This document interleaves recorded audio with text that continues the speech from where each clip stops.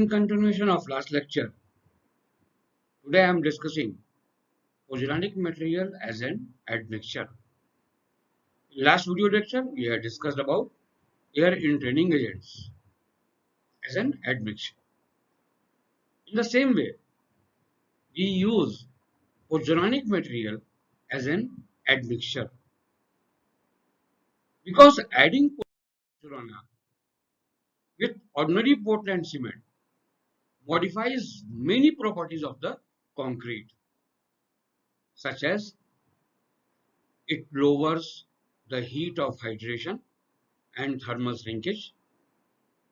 It increases the water tightness. It reduces alkali aggregate reaction. It improves resistance to attack by sulfate soil and seawater. It improves extensibility. It lowers the susceptibility to dissolution and leaching. It improves workability, and overall it lowers the cost. It is economical.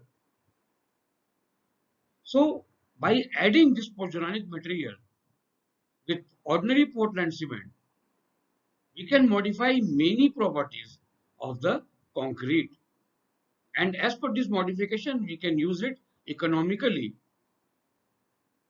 in various structures or in various field of civil engineering. Now if we go through classification of pozzolanic material, it is broadly classified in two types. One is natural pozzolana and another one is artificial pozzolana. In natural pozzolana, those pozzolanic material which can come from natural sources are known as natural pozzolanas or natural pozzolans. The sources are clay, shale, opaline shale, diatomaceous earth, volcanic tuff and pumicides. And artificial pozzolanas are those material which can be manufactured manually or by machine, or you can say the artificially made pozzolanic material are known as artificial pozzolans. For example, fly ash, surkhi, even blast furnace slag. So these material are either byproduct or artificially made pozzolanic material. Now, if we go through chemical composition, or you can say the chemical requirement of pozzolanic material, we can say that when it is silica plus aluminum plus iron oxide, then in the pozzolanic material it should not be less than 70%. The next constituent is silica. It should not be less than 40%. Next is calcium oxide. It should not be more than 40%. Magnesium oxide, it should not be more than 3%. Sulfuric anhydride, it should not be more than 3%. When I am saying sulfuric anhydride, it means that it is SO3. Then soda and potash, it should not be more than 3%. Water soluble alkali, it should not be more than 0.1%. Water soluble material, it should not be more than 1%. And loss on ignition, it should not be more than 5%. Now, these are some chemical requirements, but there are some physical requirements also. The physical requirement include the specific surface area, and it should never be less than 3,200 centimeters square per gram. The average compressive strength of mortar should not give less than 80% of the strength of corresponding cement mortar at 28 days. So these are some physical requirements. Now the question is, what is the effect of pozzolans on property of concrete? So this effect can be seen, can be observed on some parameters. Some parameters means on some categories. So one parameter is strength. So when it is observed that replacement of cement by pozzolans give decrease in early strength, but it is equal or slightly less ultimate strength than ordinary Portland cement. Actually, pozzolans do not contribute to the development of compressive strength to the same extent as they do for tensile strength. But since we are generally when we say strength in concrete, it is compressive strength. That is why I had said that it may be slightly less. Then the next point is heat of hydration. Wait for heat of hydration is always greater for ordinary Portland cement than for a mixture of cement and pozzolanic material, because pozzolanic material has replaced some quantity of cement only. That is why heat of hydration can be less. Third point is, third parameter is volume change. So mortar in concrete containing pozzolanic material expand slightly more under continuously wet condition and shrink under continuously drying condition.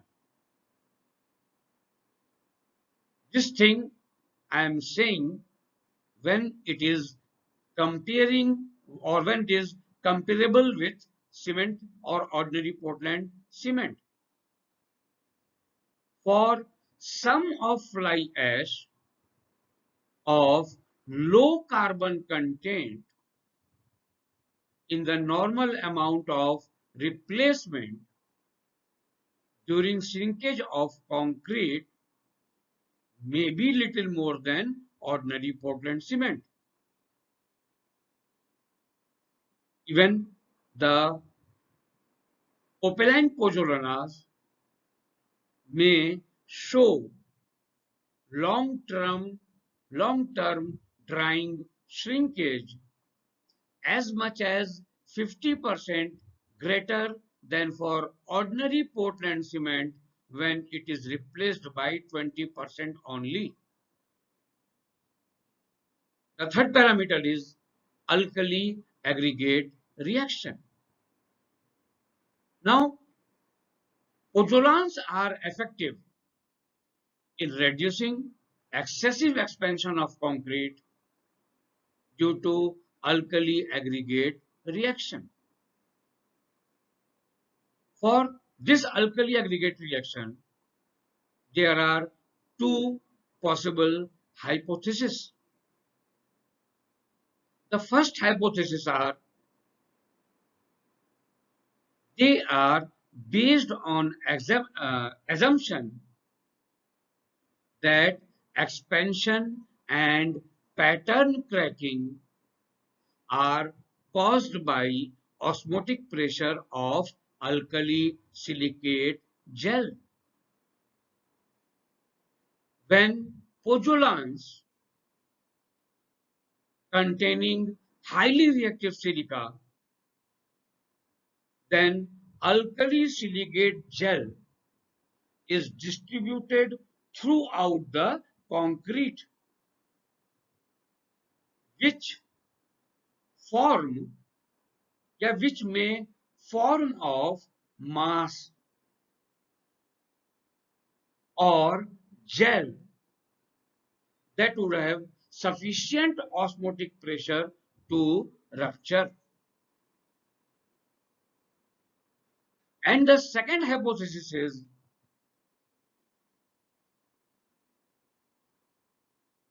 that pozzolans containing a large number of highly reactive silica may produce alkali silicate or alkali lime silicate of low alkali, or you can say low alkali to silicate ratio. That would be only slightly soluble. Such product always exert low osmotic pressure because osmotic pressure is always related to solute concentration. Now, the next parameter is resistance to sulfate attack. With the increase in pozzolans in concrete, it resists to sulfate attack because the alkalis present in cement has already been replaced by pozzolans. So, addition of pozzolanic material convert calcium hydroxide formed in process of hydration into insoluble cementitious compound. And since it is insoluble cementitious compound, so it can resist to sulfate attack.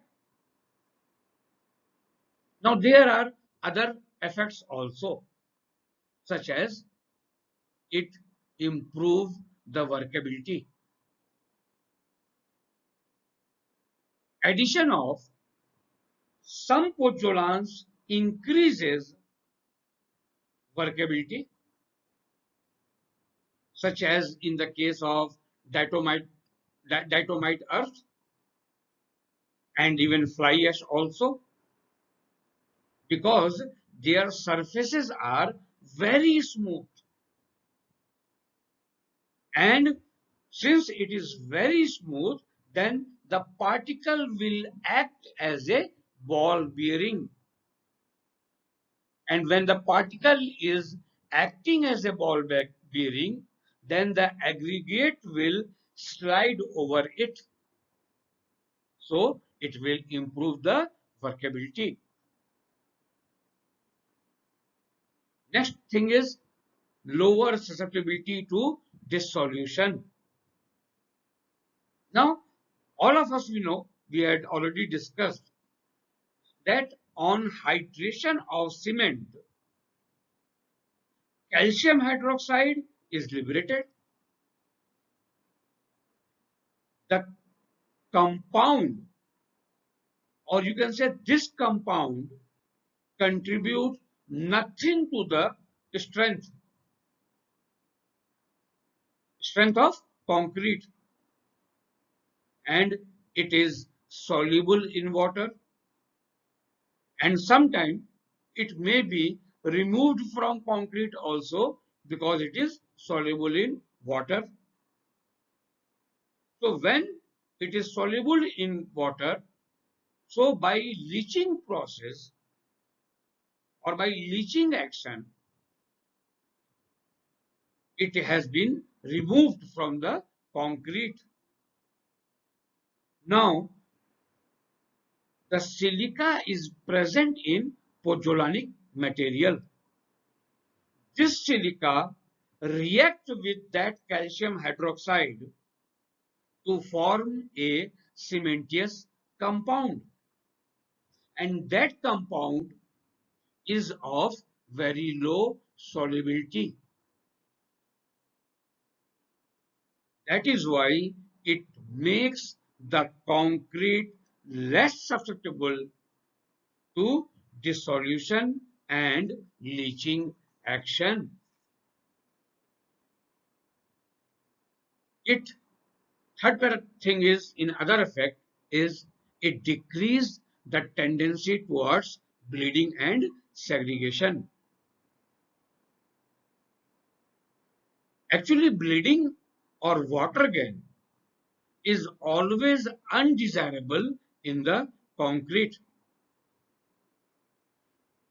since it makes the concrete porous and inferior, because during bleeding the water comes on the surface and sometimes it takes cement also with it towards surface and lattice formed, and when water is coming up, then it is making the upper surface wet, or upper surface is having more water, due to which the concrete become porous in between or away from the surface. It is more prominent in lean mixes, that is 1,5,10 or 1,6,12. So bleeding was reduced by 3% from 35% when 11% of diatomite earth was used in lean mixes. We can talk about other pozzolanic material also, but I had given diatomaceous earth only for your reference. Now, we all know that concrete segregate during transportation, during placing, during compacting.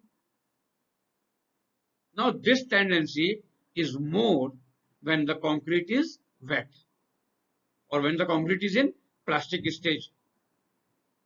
Now, this tendency, that is segregation, can be reduced by addition of fine diatomite earth as cement replacement, and by addition of this pozzolanic material we had reduced the bleeding and segregation. Fourth point is it lower the cost, because we are replacing the costly material which is cement in the concrete by adding pozzolana up to 30% to 40%. It means we are making the concrete economical without affecting any parameters which are present there. So it means that by this we can by this the pozzolanic material is affecting the concrete. One more point was there, permeability. It reduces the permeability of concrete because the surface area of pozzolanic material is more. So it fills the voids in the concrete. And when it fills the voids in the concrete, then the permeability is reduced. Now, I had taken some example of pozzolanic material. There are so many other, but I am discussing here only some of them. The first example is Surkhi. Now, what is Surkhi? Surkhi is powdered, broken, burnt brick. When you break the brick or when you ground the brick, then the powdered substance which we obtained is known as Surkhi. It can be used as fine aggregate in lime mortar.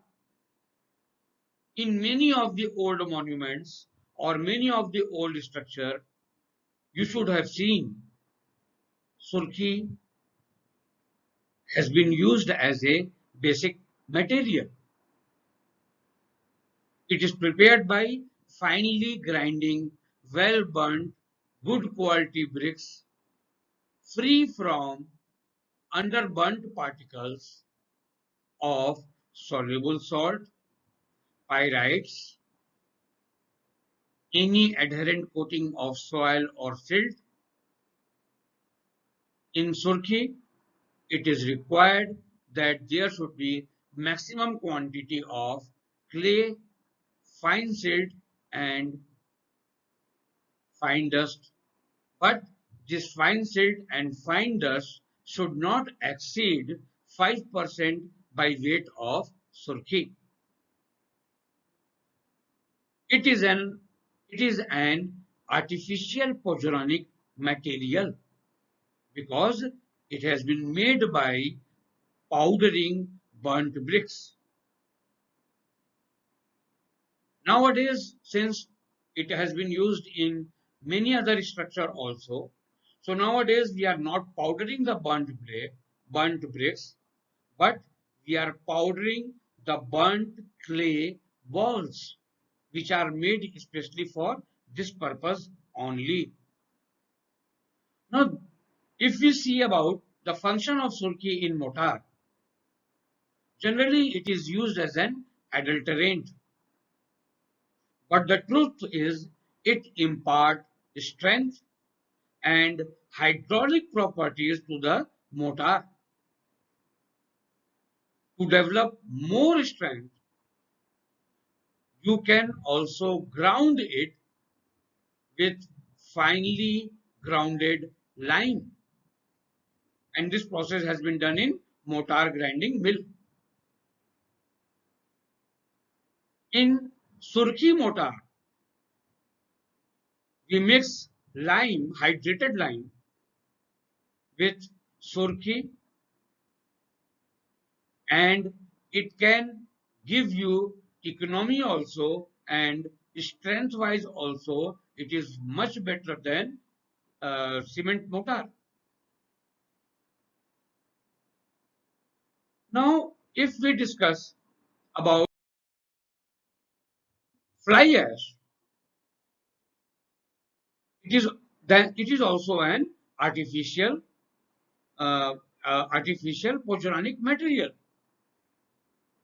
It is also known as flue ash or pulverized fuel ash. This name has been given in United Kingdom.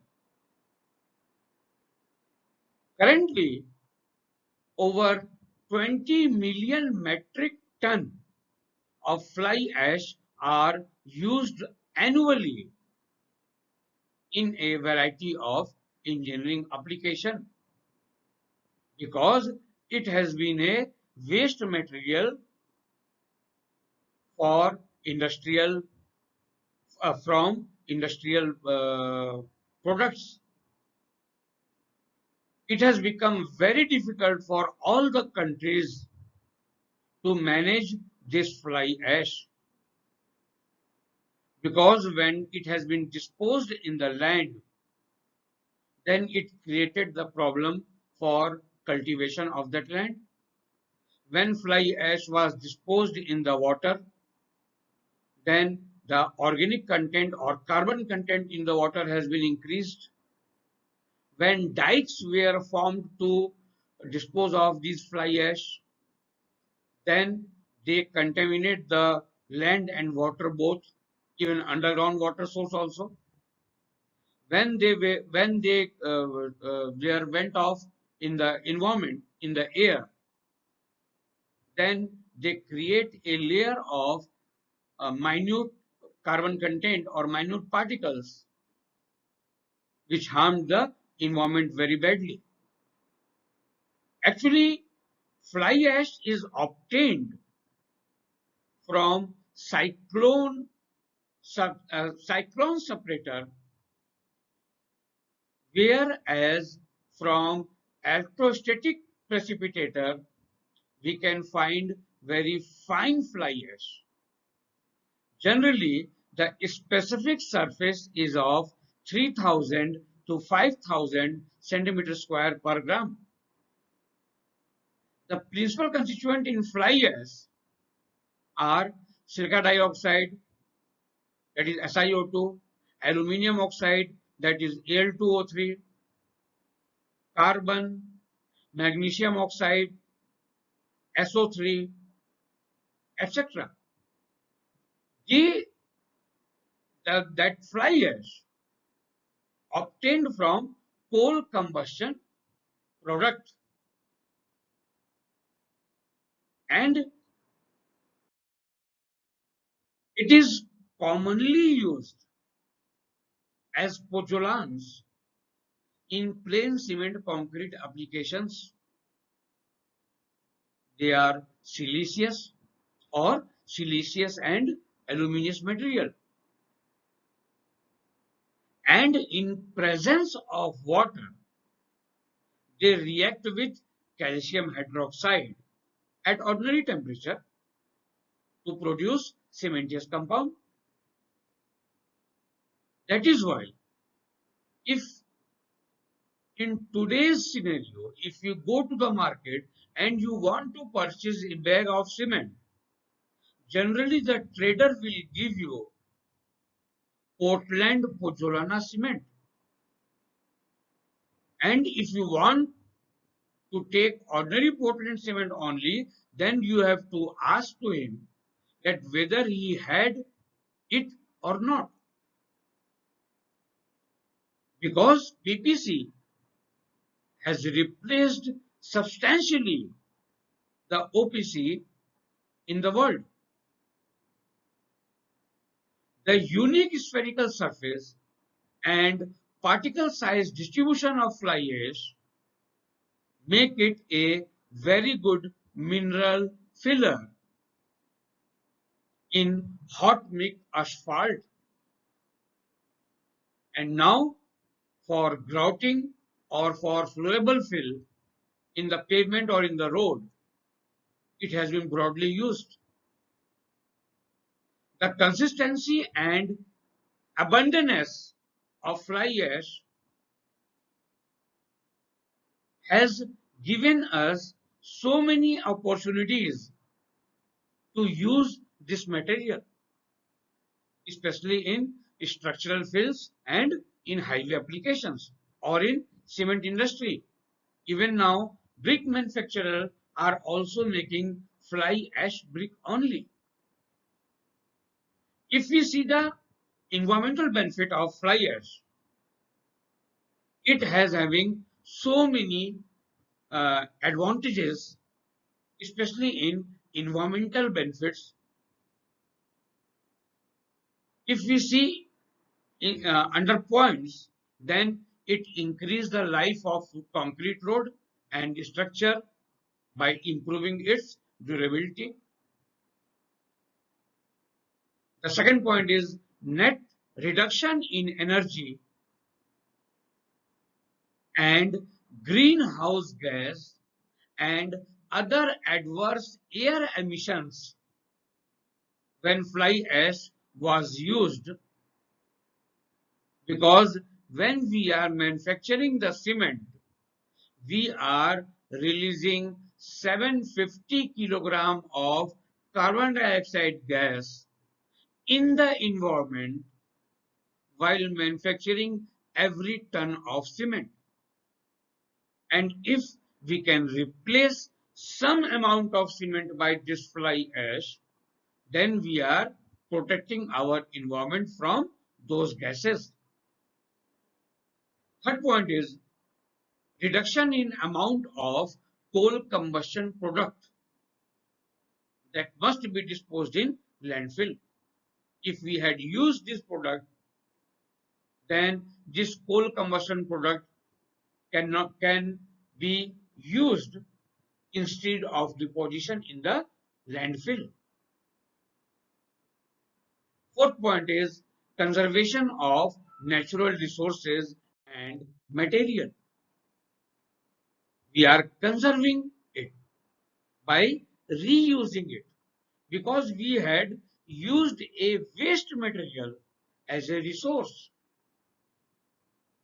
So if we see the method of fly ash or transferring of fly ash, then the coal source is pulverized and become coal pulverizer. Then it has taken as a fuel in the boiler. From boiler, we can collect the fly ash from electrostatic precipitator. From there, we can take it to the transfer system. From transfer system, either it can be pounded if it is in wet condition, or if you have to take it in a dry condition, we can take it to the directly to the silos or to a container where it can be stored. If it is dry fly ash, then it can be taken for utilization in the bags or in containers, or it can be disposed of. So by this, we can transport this fly ash. Now, if we see the characteristic of fly ash or size and shape of the fly ash, you are seeing a figure which is 2000 times magnified. In this figure, you can see that they are spherical in shape. Generally, they range in the size of 10 micron to 100 micron. These small spheres improve the fluidity, the workability of the fresh concrete. But fineness, we have to take care because it is one of the important property which contribute to the reactivity. Now, if we go behind the chemistry, so instead of that chemistry, I will just classify this fly ash. That fly ash can be classified as class C and class F.